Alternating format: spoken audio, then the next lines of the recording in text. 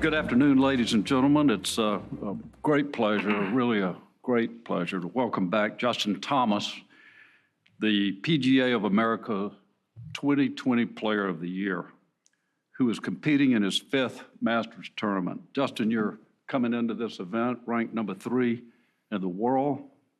You've won 3 times this year alone. And maybe you could share with us how you feel coming into the tournament, preparation, and after actually being here. And I think you played yesterday, played around, and then we'll open it up for questions. Justin? Yeah, I'm obviously excited to be here. This is probably my favorite event of the year, one of my favorite courses. I enjoy everything about it.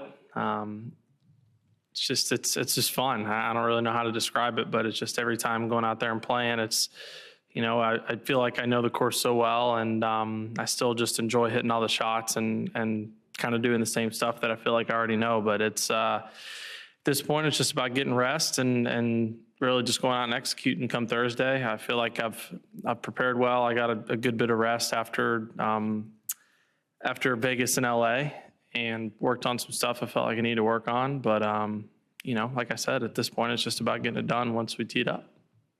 Great, thank you. We'll open it up to questions, ladies and gentlemen. Yes, sir.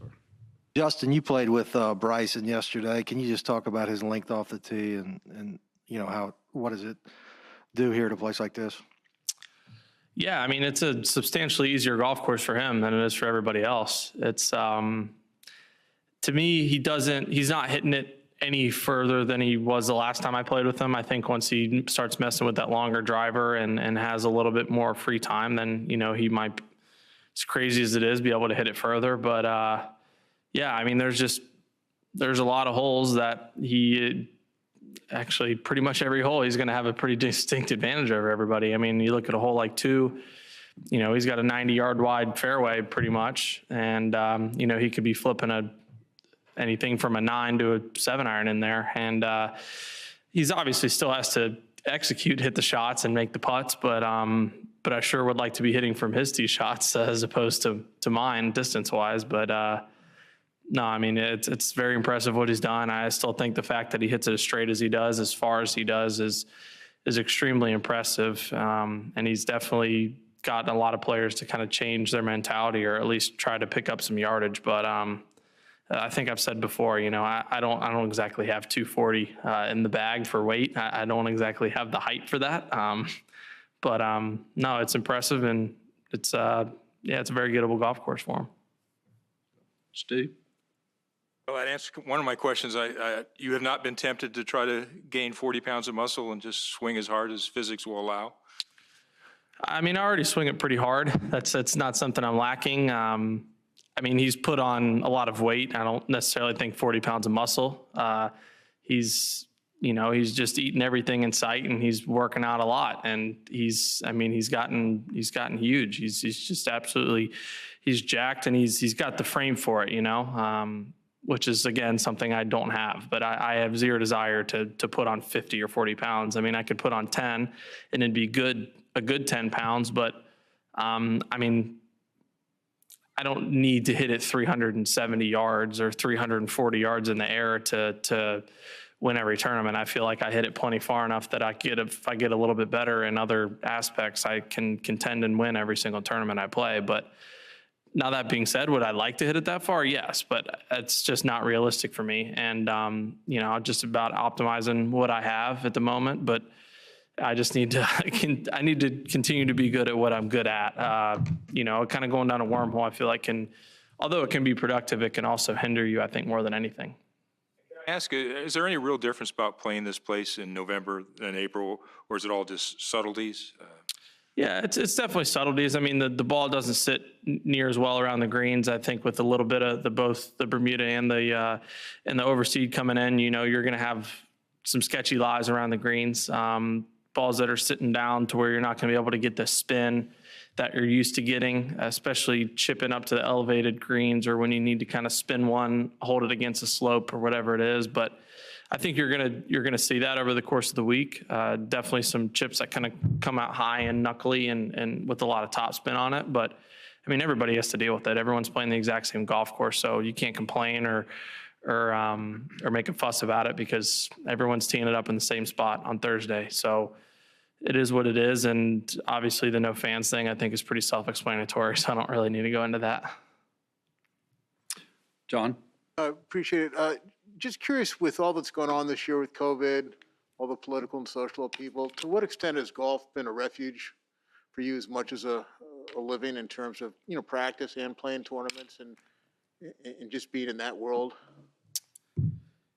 Yeah, I mean, we're all lucky, but I mean, I'm obviously myself included, extremely fortunate that we have, I think it ended up, 3 months that we were off, I think something like that.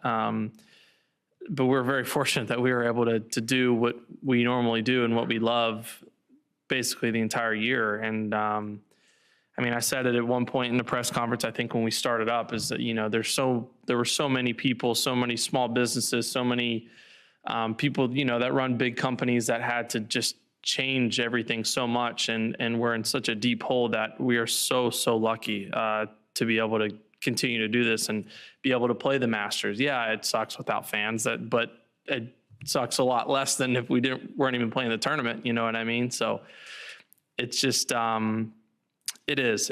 I hope it's been something positive, not only for us, but for everybody. The people at home, I think the game of golf has grown so much since March. It's gotten people to go out, be outside, be active, and hopefully be able to watch a little bit more on TV, because there's been a lot of great tournaments and a lot of great storylines. And, this week is, I'm sure, going to produce some more. Doug? Curious, playing with Bryson yesterday, was that an accident or something that was planned? Wouldn't it have been better not to look? What's that? Wouldn't it have been better not to look? No, I mean, I knew coming in. I mean, I've already ran through hole by hole in my head of how easy, a lot of the drives are going to be for him compared to everybody else. But, I mean, I've seen it before. It's not like I'd never played with him and it just confirmed what I already knew. I mean, I knew that he was going to have sand or gap wedge into 13, and I was going to have to hit a really good drive and turn it around those trees that he flies it over. That's just the fact of the matter. So, holes like that and 15 are par fours for him and par fives for everybody else. But it is what it is. And then secondly, as we talk about traditions that are missing this year under the circumstances, I'd be curious, when you got to 16, either of your 2 days, did you bother skipping it, or is that something for the fans? How'd you approach that? It's definitely for the fans. Sunday we were going to skip, and we had a group of members behind us, and they were on the 15th green, so we didn't feel the need to hold them up. And then yesterday, Tiger and Freddie didn't really want to, and I kind of do whatever they say around this place. So I'm 0 for 2. Jim? Justin, just curious, what's your Masters bubble compared this year compared to past years? Different house, fewer guests. Is that part of it different than past years? It's not anything crazy. I mean, obviously you have people or friend, family, whatever it is, come, but I'm not hosting them. They're not staying in the same house as me. I've always done it where I get 2 houses. I get a house for me and who I want in the house, and then have a house I have like 3 of my best friends from high school, middle school that come, and then some other family members. And quite frankly, I don't really care who stays in that house. That's why I have it. It's theirs to, they can stay up as late as they want. They can have people sleep on the couch. I don't care. Just don't damage the house and don't screw up with me giving you my tickets. That's pretty much the 2 rules. And but in terms of who's in my house, I mean, I still have my dad and have my chef girlfriend, and this year I just have having a trainer stay with me. So it's not much different there. It's just more so, I don't see my buddies, have them over for dinner a night or whatever it is. But I usually try to keep it pretty low key during the week. But without guests this year at the tournament, do you miss that, not having them? Or Yeah, I do. It's just, it was always nice, if I needed to, because especially in April, there was quite a bit of sports on, or I feel like it was usually kind of during the NBA playoffs or maybe starting, but I always remember the Stanley Cup was kind of starting or at least those playoffs were. So, they'd come over for dinner a couple times a week and we'd watch games together, and it just kind of took my mind off of the big picture and the big moment of what was going on. So I'll miss that, but nothing's going to stop me from still watching sports. I just won't be doing it with them. Good. Alan? Random question. Is this the only press conference all year where you take your hat off? Yeah, probably. I keep my hat on as often as I can, but I respect the rules. If places want me to take it off, I have no problem with it. Do you worry about the hat head when you come in here? Not really. I'm sure my hair doesn't look exactly great right now, but luckily I wear a hat for my job, so I just got to get through this press conference and I'll be okay. Steve? Justin, do you take a different approach if you're going to tee off a 10 instead of teeing off a 1? Is there going to be much of a difference there? I don't think so. I wish I could answer because I haven't done it before. You know what I mean? So it's hard to say, but it is going to be weird hitting a snipe hook as your first tee shot of the day. It's, that's a tee shot I've been comfortable with, but I've also hit many shots until then. Like I've hit enough to where I feel like I can aim it right and shut a driver down and consistently turn it. But when I haven't hit a shot on the golf course yet, it could be a little bit different. Hopefully it isn't, but I think that's just going to be weird. You might see a little bit more squirrely tee shots on 10 this year than normal because, like I said, when you're able to kind of get in a little bit of a rhythm, you at least can kind of figure out what you're doing to step up on that tee. But, you have to turn it quite a bit there, so it could be a little different. But I don't think in terms of strategy and game plan on the golf course is going to change anything. Mark? Justin, you talked about Bryson being able to flip wedges on the long holes and taking it over trees instead of having to turn it over. At some point, does his length become too much of an advantage, or do you look at it as he put in the work, he made the changes to his body and his swing, and, he deserves what he's getting? Yeah, I think he deserves it. No offense to him, but he's not winning every tournament he's playing in, so it's clearly not too much of a disadvantage. You still have to get the ball in the hole. Although he has a big advantage, I still think that he wins tournaments he does because he still putts it really well. He's a great putter, and it's a very underrated part of his game. But at the end of the day, he has put a lot of work in. He's done a lot of things that a lot of players aren't willing to do. Make life changes and swing changes and equipment changes and extreme body changes. And really, he had an end goal, but you don't really know what's going to come out of it. You know what I mean? When you start, he could go into that and maybe tweak something and hurt himself and kind of put himself behind the 8 ball, but he hasn't done that. So he's earned it. he obviously, I wish he didn't have an advantage over me and everybody else, but the fact of the matter is that he does. And I just need to grow up and get over it because, I can still beat him like I can anybody else, but it just comes down to playing better. Rex? JT, you've played a lot with Tiger over the years, but when you have a round like yesterday on this particular golf course, given his record here, do you pay attention to some of the things he's doing maybe a little bit more? Oh, for sure. Yeah, I'm very happy that I've gotten into a yearly routine. I think probably the last 3 years of playing with Freddie and Tiger here at practice rounds, and I follow everywhere they go. Tiger's Tiger is less willing to give me information than Freddie is. I know that if I ask Freddie, he'll answer, whereas Tiger this week probably won't answer. But I just watch where they chip from, and I pretty much just follow them around. When they do something, they leave. It's like a station. Whenever they leave, I pretty much, go to the next spot. And there's a reason why they've been successful here, and they know how to get around here. They've played as often as they have, but that being said, I feel like I know the course pretty well too, but it definitely helps watching them go around here and kind of watch where they practice from because they know how to play the golf course. Jim? Did you have a question, Jim? Just curious, I've been reading lately, a lot of people say Justin Thomas is the best ball striker, best iron player on tour.